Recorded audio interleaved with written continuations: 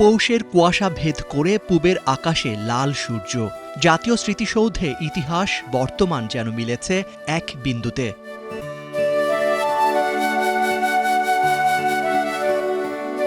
বিজয় দিবসের ভোরে রাষ্ট্রীয় আনুষ্ঠানিকতা শেষে উন্মুক্ত হয় স্মৃতিসৌধের দুয়ার। নামে সর্বস্তরের জনতার ঢল, হাতে চোখে বিনম্র শ্রদ্ধা একাত্তরের বীর সেনানীদের জন্য। উপলব্ধি করতে পারছি কিভাবে আমাদের মুক্তিযুদ্ধ সংগঠিত হয়েছিল এবং তার এই যে পতাকার যেটা আছে এটা আমরা কিভাবে অর্জন করেছি সেটা। এই চেতনাটা যে শুধু আজকের দিনে শুধু এই বিজয় দিবস পালন করলাম এটা আগামীকালে শেষ হয়ে যাবে তা কিন্তু না। এটা আমাদের সারা বছর এটা আমাদের মাঝে যেন চেতনা থাকে। পথশিশু থেকে শুরু করে হাই প্রোফাইল সবাই যেন আমরা এই বিজয় স্বাদটা গ্রহণ করতে পারি। বীর মুক্তিযোদ্ধা মোশাররফ হোসেন, বয়স ৯০ ছুঁই ছুঁই, কাপা হাতে ধরা লাল সবুজের পতাকা। জীবনের সব স্মৃতি বিশ্বাস যেন গাঁথা ছোট্ট এই নিশানে।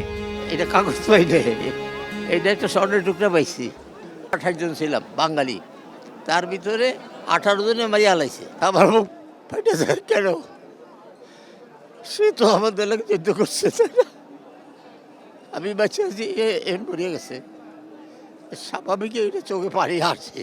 আমাদের সাথে যারা ছিল যারা মারা গেছে এদের ফ্যামিলি এদের তো সবাই আমার চোখে ভাসে।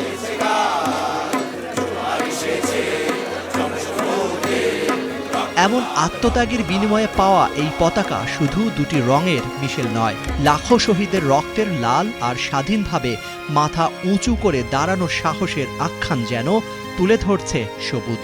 লাখো শহীদের বিনিময়ে কিন্তু আমরা এই পতাকাটা অর্জন করছি, এটার মূল্য আমাদের কাছে অনেক বেশি।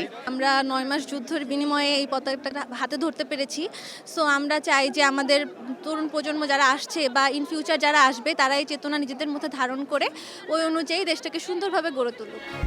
স্বাধিকার স্বাধীনতার জন্য ৭১-এ অস্ত্র ধরেছিল বীর বাঙালি। ২৪-এ এই ধারাবাহিকতায় জুলাইয়ের তারুণ্য বুক পেতে দিয়েছিল গণতন্ত্র ফেরাতে। এই বাংলাদেশে আমরা তরুণরা বেঁচে থাকতে, আমাদের মতো তরুণরা বেঁচে থাকতে কখনোই আর ফেসিস্ট জন্ম নিতে পারবে না। এটাই আমাদের এই বিজয় দিবসের সর্বোচ্চ অঙ্গীকার। আমাদের সন্তানরাই আমাদের হাতের আঙ্গুল দিয়ে দেখিয়ে দিয়েছে এই বাংলাদেশের কোনো ফ্যাসিবাদের জায়গা আগামীতে হবে না। আমি ৭১ দেখিনি, আমি ১৬ ডিসেম্বর, আমি ২০২৪ দেখেছি। ২৪ দেখার পর ২৫ আমাকে মনে করায় আমি স্বাধীন, আমরা বিজয়। আমাদের প্রত্যেকটা মানুষ হচ্ছে গিয়ে স্বাধীন। এ স্মৃতিসৌধ শুধু অতীতের স্মারক নয়, বর্তমানের প্রশ্ন আর আগামীর দিক নির্দেশনা। এই বাস্তবতা সামনে রেখে আসছে গণভোট, জাতীয় নির্বাচন। ন্যায়ভিত্তিক দেশ গড়তে ডিসেম্বর থেকে জুলাই যেন এক সুতোয় গাঁথা।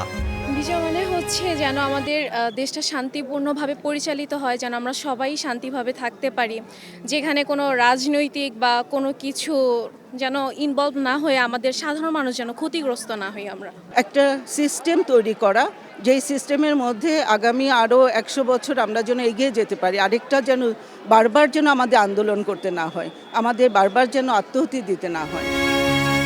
বয়সের ভারে নুয়ে পড়েছে শরীর, তবুও রণাঙ্গনের এই সেনার মনে ৭১ এখনো সজীব, যেন আজও কানে ভাসছে সহযোদ্ধাদের আর্তনাদ।